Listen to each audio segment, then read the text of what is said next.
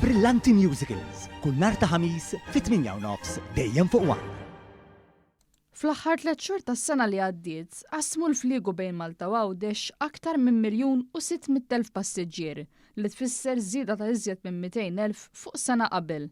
Dan joħroġ minn statistika tal-Uffiċċju Nazzjonali tal-Istatistika l-NSO li għadha kemm ġiet ippubblikata.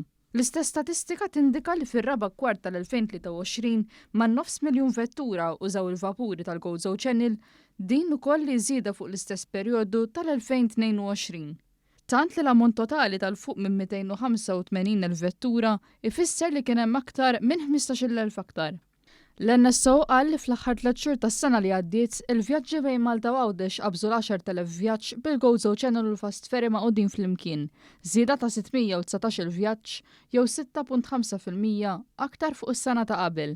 Mill-istess statistika jirriżulta li Ottubru kien l-aktar xahar impenjattiv fil-vjaġġi għax saru total ta' kważi 3,800 vjaġġ bejn iż-żewġ gżejjer. L-att tal-passiġġieri wkoll f'Ottubru wkoll kien l-ogħla wieħed mit-3 xhur b'544,654 li għamlu kważi 38% tat-total f'dan il-perjodu bejn Ottubru u Diċembru. It-traffiku tal-vetturi u tal-passiġġieri li oriġina miċ-ċirkewwa minn Jannar sa Diċembru 2023 kif mistenni kien irreġistrat l-aktar fil-jiem tal-ġimgħa u s-sibt, filwaqt li mill-imġar Għawdex it-traffiku kien l-aktar il-ħadd u nhar ta' Tnejn.